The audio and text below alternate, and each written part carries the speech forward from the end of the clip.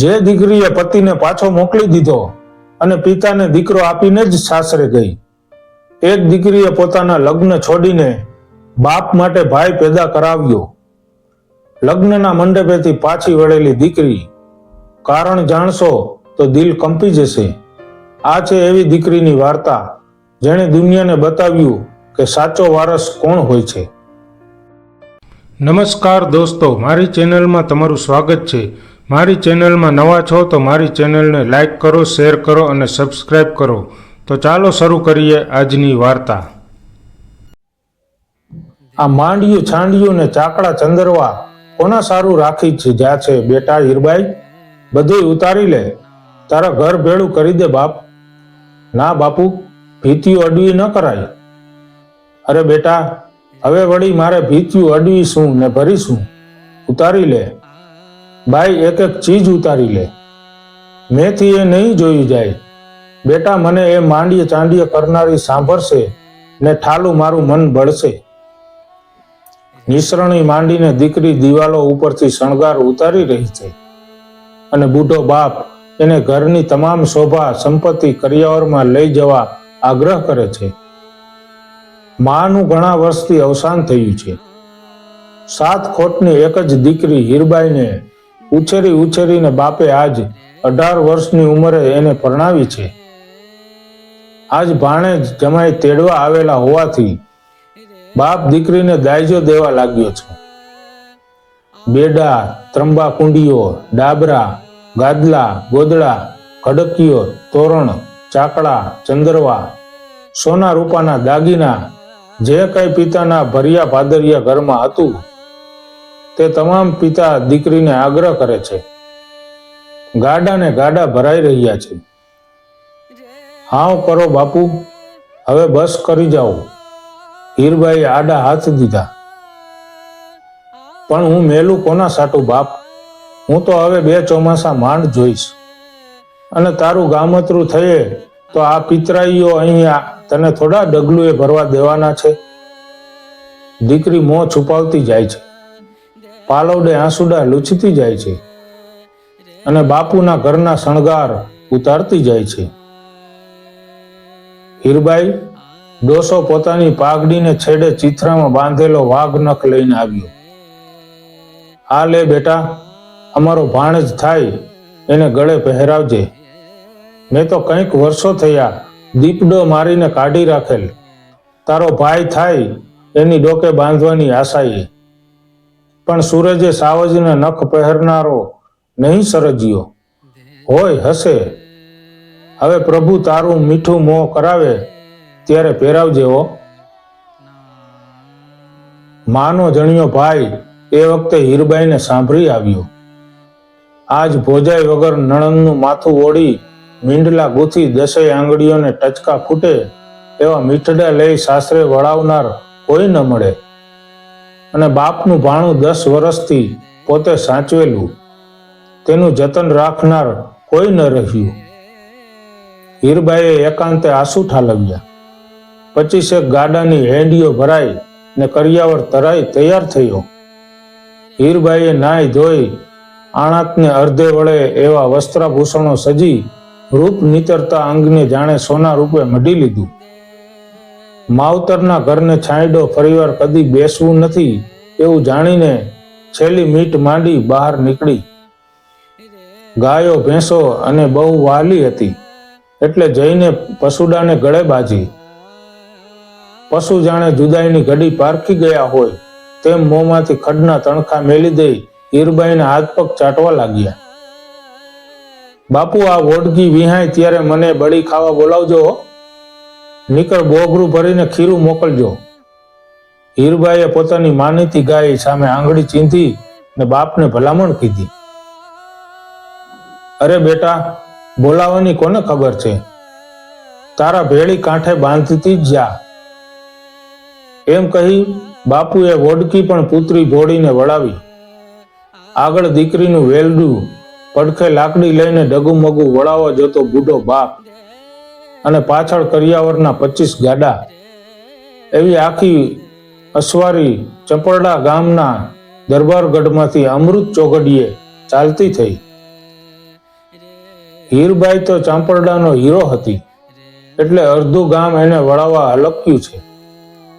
એક બાજુ 18 વર્ષની યૌવન મસ્ત કાઠી કન્યા રેવાલ ચાલે ઘોડી ખેલવતા પોતાના કંથને નિહાળીને આવતીકાલથી મીઠો ઘર સંસાર માંડવાના મનોરથને હિંડોળે હીંચે છે, અને બીજી બાજુ બુઢા બોખા બાળક જેવા બાપને પોચો પોચો રોટલો ઘડી એના ગરબને ધીમા ચોળી તાણ કરી કરીને કોણ ખવડાવશે? એની ચિંતા જાણે કે એના મનોરથના હિંડોળાને છેદી રહી છે. એમ કરતા આખી અસવારી ચોરે પહોંચી, એટલે હીરબાઈનો કાકો અને તેના 2 જુવાન દીકરા ચોરેથી હેઠા ઉતર્યા. હીરબાઈએ જાણ્યું કે મળવા આવે તો મળીને બાપુની ભલામણ પણ કરી દઉં, એવી ઈચ્છાથી જમણે પડખે વેલડાના માપાનો પડદો ઊંચો કર્યો. આંખો ભીની હતી, છતાં ઓશિયાળું હાસ્ય આણી એણે પોતાના કાકા પિતરાઈ ભાઈઓના છેટેથી ઓવારણા લીધા. કાકા, મારા બાપને સાચવ. એટલું વેણ પૂરું નથી થયું તો બંને જુવાનો બોલ્યા, ગાડા પાછા વાળો. કાં સીધ પાછા વળાવો છો? બુઢાએ પૂછ્યું. તું નિર્વસ છો ડોસા? અમે કઈ નિર્વસ નથી, અમે કઈ મરી નથી પરવાર્યા. તે આખો દરબારગઢ દીકરીના દાયજામાં ઠાલવીને પારકે પાદર મોકલી રહ્યો છે. અરે ભાઈ, મારે એકનું એક પેટ, અને આજ નથી માં કે નથી ભાઈ, એને હું કરિયાવરમાં પણ ન દઉં, અને હવે હું મુએ મારો ગરાસ ને દરબારગઢ તો તમારા જ છે ને? તું તો ઘણું લૂંટાવી દે, પણ અમે નાના ગિલ્લા નથી. પાછા વળો ગાડા, નીકર કંઈક સંભાળશો. હીરબાઈએ આ દેખાવ નજરો નજર દીઠો. બુધો બાપ 2 હાથ જોડીને કરગરે છે, અને પિતરાઈઓ ડોળા ફાડીને ડાંગો ઉગામે છે. દીકરીને રૂવાડે રૂવાડે ઝાડ લાગી ગઈ. માફાનો પડદો ઉછાળી ઘૂમટો તાણી ઠેકડો મારીને હીરબાઈ નીચે ઉતરી અને બાપુનો હાથ ઝાલીને કહ્યું, બસ બાપુ, પતી ગયું, હાલો પાછા વળો. ભાઈ, ગાડા ખેડૂઓ, ગાડા તમામ પાછા વળો. આજ શકન સારા નથી. પાછા સીધ વળશે. એવી હાક દેતો હીરબાઈનો વર ઘોડીને મોખરે હાંકી લાવ્યો. એનો પંજો એની તલવારની મૂઠ ઉપર પહોંચ્યો. કાઠી, હીરબાઈએ ઘૂમટો આડો કરીને હાથ ઊંચો કર્યો. કાઠી, આજ કજિયાળું વેળું નથી, અને તું મૂંઝામાં. સૌ પાછા વળો. ગાડા પાછા વળ્યા. હીરબાઈ અડવાણે પગે લાગી ઘેર પાછી આવી. ડેલીમાં આવીને જોયું તો બાપ હજુ પાછળ દૂર ચાલ્યા આવે છે. ઘોડી પર બેઠાલા ધણી વિચારમાં પડી ગયો છે. એને જોઈને હીરબાઈ બોલી, કાઠી, તારે હૈયે ધરપત રાખ, તને સંતાપવો નથી. એમ કહી પોતાના હેમે મઢિયા ગળામાંથી ઝરમર કોટિયું, કાંઠલી, ચંદનહાર વગેરે દાગીના કાઢી ધણીને આપતા બોલી, આ લે કાઠી, તું બીજું ઘર ગોતી લેજે, અને મારી વાટીએ જોવી મેલી દેજે. કાં શું, હવે તો બાપને ઘેર દીકરો ન જન્મે ત્યાં સુધી મારે સંસાર વસાવો નથી. મારા બાપના ઘરમાં પિંગલે ભાઈ ન મળે એટલે જ ભરી બજારમાં જીવતર બગાડે ને. હવે તો પરગણામાં ભાઈને હિંચોડીને જ આવીશ. નીકર જીવતર ભરના જુહાર સમજજે. કાઠી, તું વાટીએ જોઈશમાં, તને રાજી ખુશીથી રજા છે, ઘર કરી લેજે, આલે. આ ખર્ચી. આટલું કહીને બાઈએ દાગીનાની અને રૂપિયાની પોટલી પોતાના ધણીના હાથમાં દીધી. કરિયાવરનો સામાન પાછો ઠલવાઈ ગયો. વળતા દિવસથી હીરબાઈએ બાપના ઘરમાં આખું ખાડું હતું. તેમાંથી ડુંગરની ટૂંક તોડી નાખે એવી દેવેલની થંભ જેવી પગવાળી 3 આટાળા સિંગે શોભતી ફાંટ જેટલા આવવાળી 7 કુંઢી ભેંસોને નોખી તારવી.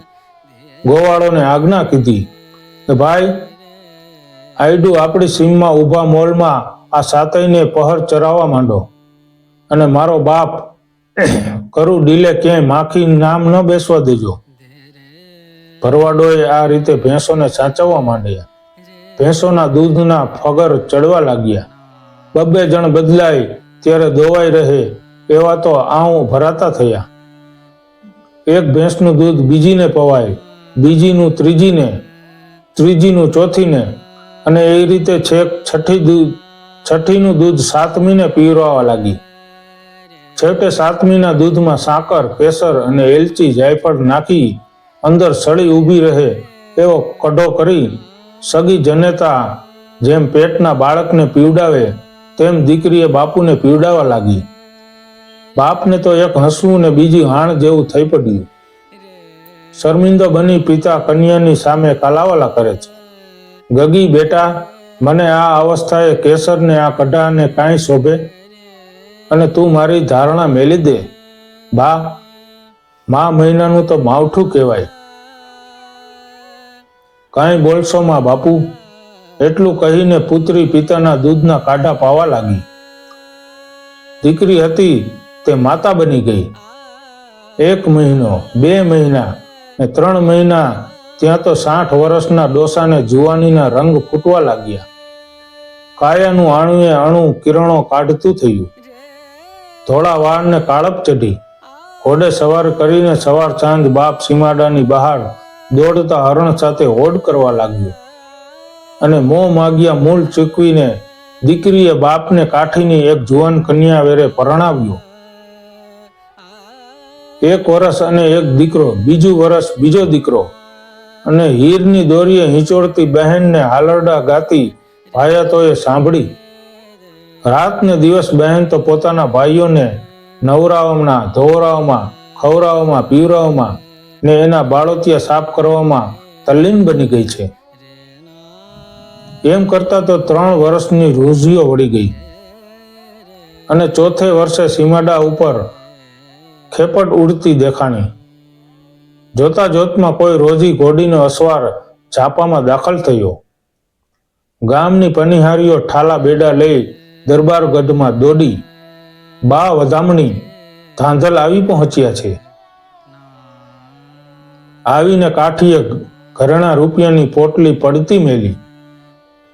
બાપુ, હીરબાઈએ બાપને કહ્યું, હવે આ વખતે તો ગઢની ખીલ્લી પણ નહીં રહેવા દઉં, તમે નવી વસાવી લેજો.